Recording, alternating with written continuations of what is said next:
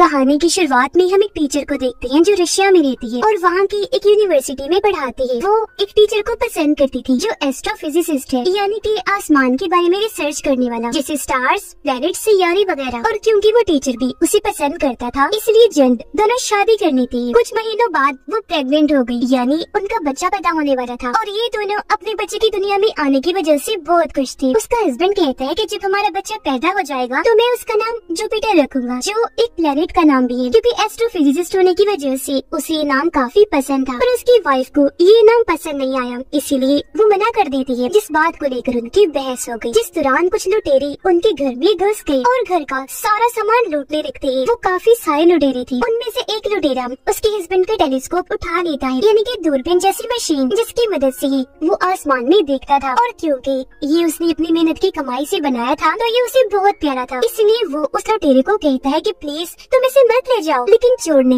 उसकी बात नहीं मानी, बल्कि वो उसे शूट कर देता है। और क्योंकि गोली बहुत पास से लगी थी, इसीलिए वो नीचे गिर गया। मौके पर ही अपना दम तोड़ देता है। उसकी वाइफ को बहुत दुख हुआ, वो फूट फूट कर रोने लगी। और क्योंकि अब वो इस दुनिया में अकेली रह गई थी, इसीलिए अपने रिश्तेदारों के पास जाने का फैसला करती है। और कुछ ही देर के बाद वो शिप के जरिए अपना सफर शुरू करती है। रास्ते में ही उसकी तबीयत खराब हो गई और यहाँ वो एक बच्चे को पैदा करती है। और क्योंकि अब उसका हस्बैंड इस दुनिया में नहीं रहा, तो उसकी याद में वो अपनी बेटी का नाम जुपिटर ही रख देती है। और अब हम कहानी में 22 साल के बाद का वक्त देखते हैं, जहाँ जुपिटर अब काफी बड़ी हो गई है, पर वो अपनी जिंदगी से खुश नहीं, क्योंकि वो बेचारी गुजारा करने के लिए एक अमीर फैमिली के घर पर साफ सफाई का काम करती थी। वजह ये थी कि असल में जुपिटर इस वक्त यूएसए में थी, पर क्योंकि उसका ताल्लुक रशिया से था, इसी वजह से उसे यहाँ अच्छी जॉब नहीं मिल रही थी। इसके अलावा अब उसकी फैमिली काफी बड़ी हो चुकी थी और ये सब के सब उस अमीर फैमिली के घर में ही रहती थी, पर इनके रहने के लिए छोटी सी ही जगह थी। इसी वजह से यहाँ कोई प्राइवेसी नहीं थी, सबको एक जगह पर ही सोना पड़ता और अकेले में ये कोई बात भी नहीं कर सकती थी। इसके बाद हमें एक अनजान प्लेनेट सियारा दिखाया गया, जहाँ पर हम रानी एब्रासाक्स के 3 बच्चों को देखते हैं, जिनमें 2 लड़के थे और एक लड़की। ये रॉयल शाही फैमिली के लोग थे। इन तीनों बहन भाइयों में एक लड़की का नाम टाइटस था। ये तीनों बहन भाई अलग अलग प्लैनेट्स पर हमला करके वहाँ के लोगों को मारते थे और फिर उनसे एक ऐसी दवाई बनाया करते थे जिनकी मदद से ये सालों तक जवान रह सकते हैं। हाल में उनकी माँ एब्रासाक्स की मौत हुई, जिसके बाद इन तीनों को अलग अलग प्लैनेट्स देकर जायदाद का बंटवारा कर दिया गया, क्योंकि इनकी जायदाद प्लैनेट्स ही थी। इनमें टाइटस के बड़े भाई को 2 प्लैनेट्स के अलावा हमारी जमीन दुनिया भी मिली थी। यह टाइटस अपने भाई से कहता है कि मैं आपसे जमीन को खरीदना चाहता हूँ, पर उसका भाई बिना कुछ कहे ही वहाँ से चला जाता है। अब जमीन पर केन नामी एक शिकारी को हम देखते हैं, जो उसी शहर में था जहाँ पर जुपिटर थी, और ये टाइटस के लिए ही काम करता था। पर इसी यहाँ टाइटस के भाई के सिपाही देख लेते हैं और उस पर हमला करने की तैयारी करते हैं। अब इन सब के पास ताकतें होने के साथ साथ खास किस्म के गैजेट्स भी थे, यानी इलेक्ट्रॉनिक टूल्स, डिवाइस, मशीन्स वगैरह। अब केन यहाँ अपने गैजेट की मदद से दीवार में बड़ा सा रास्ता बनाता है और उसकी मदद से एक हॉस्पिटल में आ गया। यहाँ वो अपनी सूंघने की ताकत से एक मरीज की फाइल को ढूंढ लेता है, जिसके लिए वो यहाँ आया था,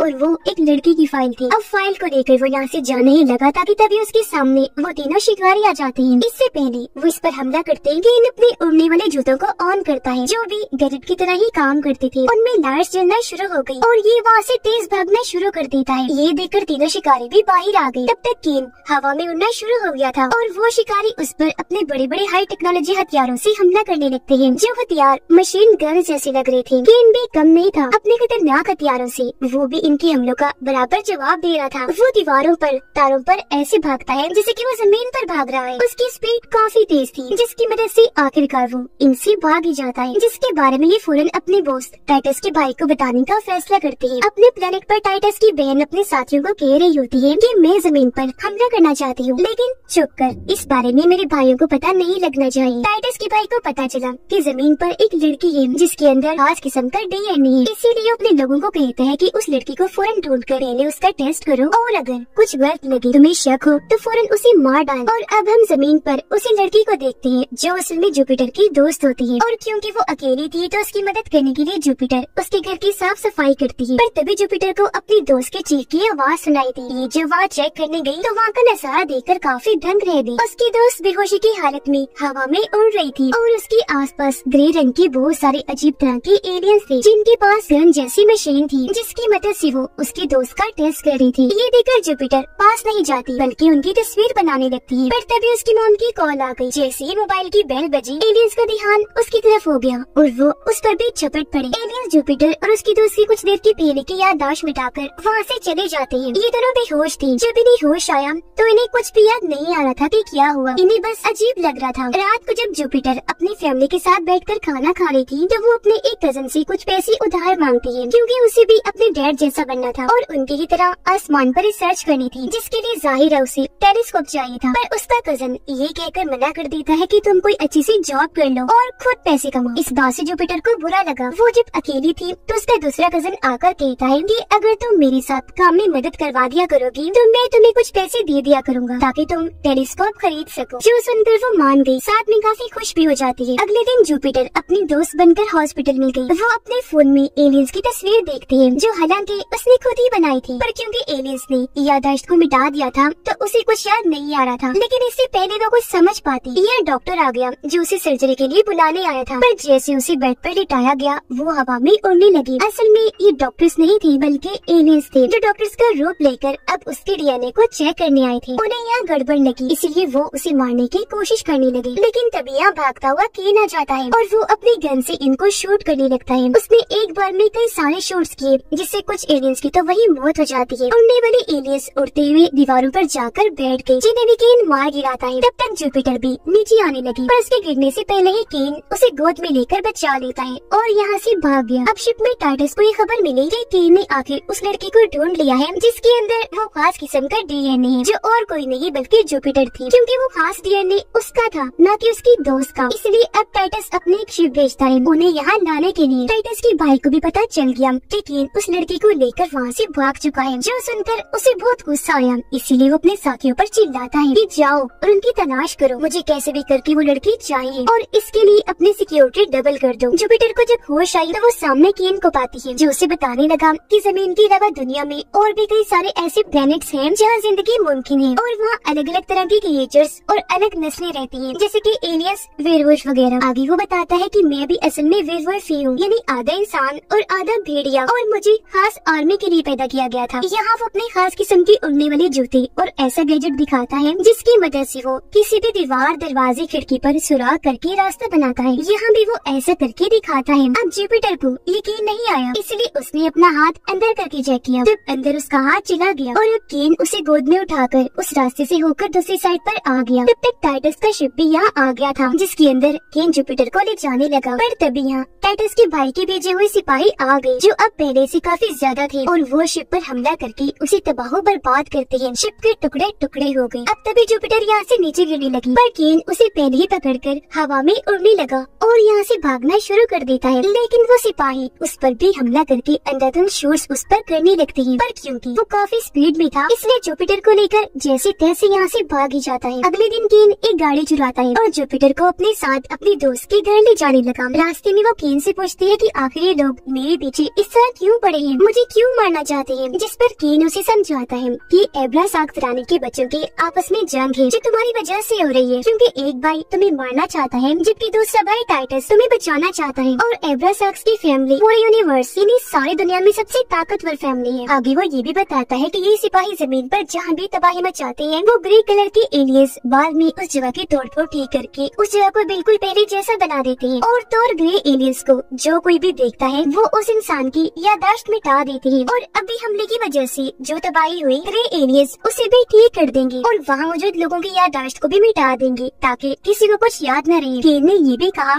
कि तुम्हें जिस शिप में मैं ले जा रहा था वो टाइटस ने ही भिजवाई थी, क्योंकि वो तुम्हें वहाँ बेचकर मिलना चाहता था। अब सवाल ये उठता है कि टाइटस का भाई जुपिटर को मारना क्यों चाहता था। इसका जवाब हमें आगे मिलेगा। अब जैसे केन अपने दोस्त के घर गया तब उसका दोस्त केन पर गन तान देता है, क्योंकि उसके यहाँ आ जाने की वजह से उसके दोस्त की जान को भी खतरा हो सकता है। केन ने उसे रोक दिया, जिस वजह से दोनों की हाथापाई हो जाती है। ये दोनों काफी लड़ते हैं, उठा कर एक दूसरे को फेंकने लगते हैं, जिस बीच बहुत सारी शहद की मक्खियों का झुंड आकर जुपिटर को चारों तरफ से घेर लेता है, पर वो उसे काटती नहीं बल्कि आसपास उड़ने लगी और तो और जुपिटर के इशारों पर उड़ रही थी। ये देखकर केन का दोस्त जुपिटर के सामने झुक गया और उसे राजकुमारी कहकर बुलाता है। फिर उसे बताने लगा कि इन शहद की मक्खियों में असली एब्रासाक्स फैमिली की राजकुमारी को पहचानने की ताकत होती है। तुम्हारा डीएनए एब्रासाक्स की रॉयल फैमिली का है, जिस वजह से ये सारी मक्खियाँ तुम्हारे आसपास घूमकर तुम्हारे वेलकम कह रही थी, क्योंकि इन्होंने पहचान लिया कि तुम इनकी राजकुमारी हो। जिसके बाद वो केन और जुपिटर को अंदर ले आया और केन के जख्मों पर दवा लगाने लगता है, पर तभी वो केन की पीठ पर दो निशान आमने सामने देखती है। वो काफी हैरान हुई और इस बारे में पूछती है, जिस पर केन का दोस्त उसे बताता है कि पहले हमारे पंख हुआ करते थे और हम भी एब्रासाक्स के प्लेनेट से थे, लेकिन कुछ गलतियों की वजह से उसने हमें अपने प्लेनेट से भी निकाल दिया, साथ ही हमारे पंख भी ले लिए, जो अब उसी प्लेनेट पर उसके बच्चों के पास है। अब तभी जुपिटर के पास उसके कजन की कॉल आ गई, जो सुनने के लिए वो वहाँ से चली गई। तब केन अपने दोस्त को बताता है कि मुझे नहीं पता था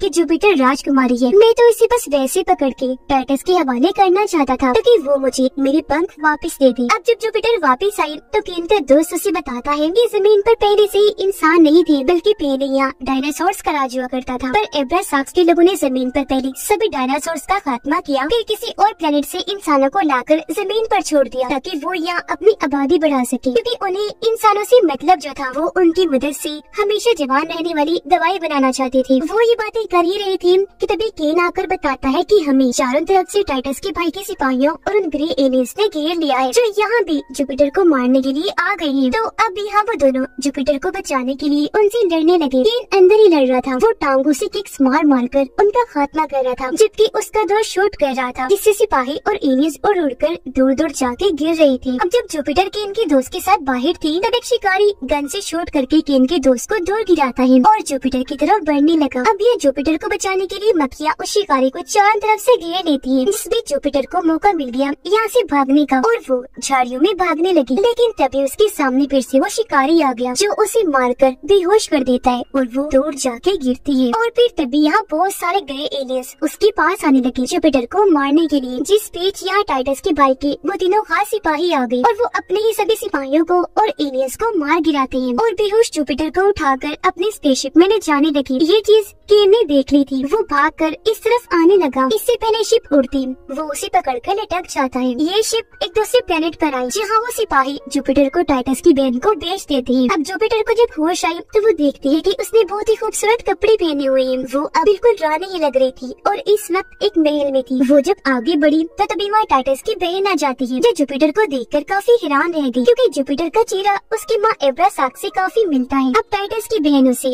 अपनी माँ की मूर्ति के पास ले जाती है और उसे बताने लगी कि तुम मेरी माँ का दूसरा जन्म हो, क्योंकि एक तो तुम्हारा चेहरा उनसे बहुत ज्यादा मिलता है, दूसरा कि तुम्हारा डीएनए भी उनसे मैच हो गया है। अब क्योंकि यहाँ केन भी आ गया था शिप के साथ, तो वो यहाँ के सिपाहियों से लड़ता हुआ आगे बढ़ रहा था जुपिटर को ढूंढने के लिए। टाइटस की बहन जुपिटर को एक खास किस्म की पूल के पास लेकर आती है, जिसके अंदर भी ये लोग जवान होने वाली दवाई मिलाते हैं। टाइटस की बहन जब पूल से नहाकर बाहर आई तो वो बेहद जवान खूबसूरत लग रही थी, हालांकि उसकी उम्र तो 14,000 साल से भी ज्यादा थी। अब टाइटस की बहन जुपिटर को बताती है कि तुम एब्रासाक्स की सारी जायदाद को अपने नाम करवा सकती हो, क्योंकि वो रानी थी जिसका डीएनए तुमसे मिलता है, और अब तुम पूरी जमीन को अपने नाम करवा के ऐश वाली जिंदगी गुजारो। अब टाइटस की बहन ऐसा इसलिए कर रही थी क्योंकि वो अपने बड़े भाई से जमीन को हथियाने के लिए जुपिटर की मदद लेना चाहती थी। उसके डीएनए से फायदा लेकर वजह ये थी कि वो हमेशा जवान रहना चाहती थी, और अगर जमीन उसे मिल गई तो वहाँ के इंसानों के जरिए ऐसा मुमकिन हो सकता है। तब यहाँ हमें पता चला कि यही वजह है कि टाइटस का भाई जुपिटर को मारना चाहता है, क्योंकि वो जानता था कि उसने मेरी माँ का खून है, तो मेरी बहन भाई उसके जरिए मुझसे जमीन को छीन सकते हैं। वो दोनों बातें कर ही रही थी कि तभी यहाँ केन आ गया। वो टाइटस की बहन को गन दिखाकर जुपिटर को अपने साथ चलने का कहता है, पर क्योंकि जुपिटर उसकी बातों में आ गई थी तो उस पर वो एतबार करने लगी, इसलिए यही रुकने का फैसला करती है। अब टाइटस का भाई अपने खास सिपाही को मार देता है, क्योंकि दूसरी बार भी वो जुपिटर को नहीं पकड़ पाया था, और अब वो अपने खास सिपाही को जुपिटर के पीछे भेजता है, जो सिपाही ड्रैगन जैसा लग रहा था। अब केन का दोस्त अपने ऑफिसर के साथ जुपिटर के पास आया। तब ऑफिसर जुपिटर को अपने साथ शिप में बैठाकर दूसरे प्लेनेट पर ले जाने लगी, जहाँ इंसान पैदा हुए थे। अब जब ये उस प्लेनेट पर पहुंची तो एक रोबोट जुपिटर से आकर मिलता है, और वो अपने एक वर्कर को रिश्वत देकर जुपिटर की कलाई पर रॉयल निशान बनवाता है, ताकि सब उसे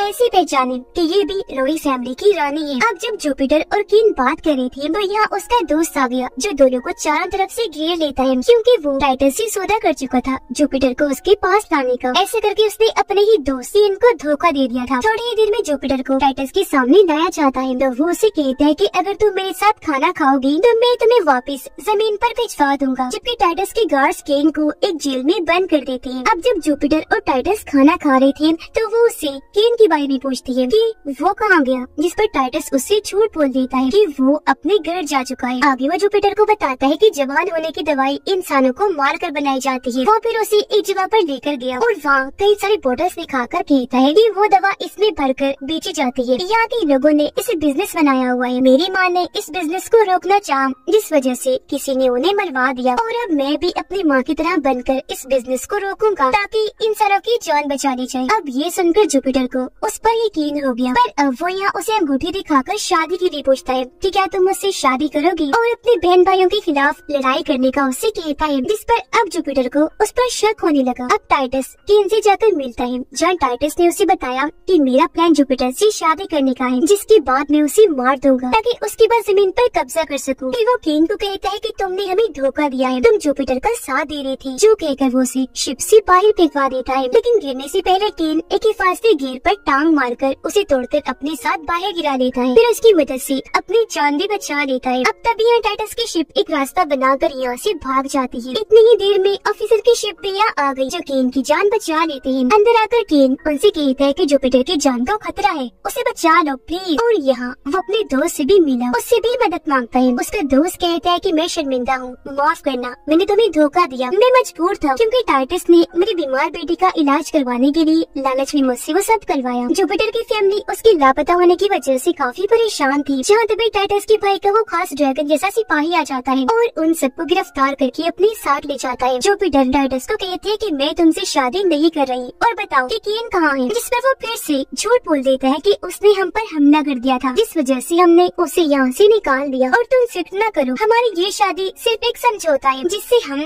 मेरे भाई से जंग लड़ेंगे और उससे मासूम लोगों की जान बचाएंगे, और मैं वादा करता हूँ कि हमारी शादी के बाद मैं केन को भी वापस यहाँ बुलाकर नौकरी पर रख लूंगा। जो सुनकर अब वो आखिरकार शादी के लिए मान जाती है। कुछ ही घंटों में उनकी शादी का फंक्शन शुरू हो गया, पर तभी बाहर केन और उसका दोस्त आ गए, जो यहाँ हमला करके अंधाधुंध शूट्स करती है और टाइटस के बहुत सारे लोगों को मार गिराती है, जिसके बाद वो बिल्डिंग तोड़कर अंदर घुस आए और ये शादी रुकवा देती है। यहाँ अब केन टाइटस पर गन तान के सबको उसकी सच्चाई बताता है। ये शादी के बाद जुपिटर को मारकर जमीन का मालिक बनना चाहता है। अब यह जुपिटर केन को कहती है कि मुझे मेरी जमीन पर ले जाओ, और अब जब वो उसके साथ जमीन पर आई तो उसे पता चला कि टाइटस के भाई के लोगों ने मेरी फैमिली पर हमला करके उन्हें अगवा कर लिया है। यहाँ एक सिपाही अभी भी था, जो उसे कहता है कि तुम्हें हमारे बॉस टाइटस के भाई से मिलने प्लेनेट जुपिटर पर जाना होगा, जिसके बदले मेरा भाई तुम्हारी फैमिली को छोड़ देगा। तो अब अपनी फैमिली के लिए वो प्लेनेट जुपिटर पर जाकर टाइटस के भाई से मिलती है, जो उसे कहता है कि अपनी सारी जायदाद मेरे हवाले कर दो। अब केन भी अकेला उस प्लेनेट जुपिटर पर आने लगा और टाइटस के भाई के लोगों को मारने लगता है। वो यहाँ इसलिए आया था क्योंकि उसे जुपिटर की फिक्र थी। जुपिटर टाइटस के भाई पर ये इल्जाम लगाती है कि तुम तो अपनी ही माँ के हथियारे हो, जो सुनकर उसे गुस्सा आ गया और वो उसे जोरदार थप्पड़ मार देता है और अपने साथियों को जुपिटर की माँ को मारने का कहता है, साथ में उसे धमकाता भी है, जिस वजह से अब जुपिटर को उसकी बात माननी ही पड़ी और वो अपनी सारी जायदाद यानी कि प्लैनेट्स उसके नाम कर देती है। जो लेती है वो अपने साथियों को हुक्म देता है कि जुपिटर को भी अब मार दो, लेकिन इससे पहले वो ऐसा करते यहाँ पर केन हीरो की तरह एंट्री लेता है और सबको शूट करके एक एक झटके में मार गिराता है और ऐसे उसने जुपिटर की जान बचा ली। जिसके बाद केन वहाँ के क्रिएचर से भी लड़ने लगा, जो उसके ही सिपाही थे, और मौका देकर जुपिटर अपनी फैमिली के लोगों को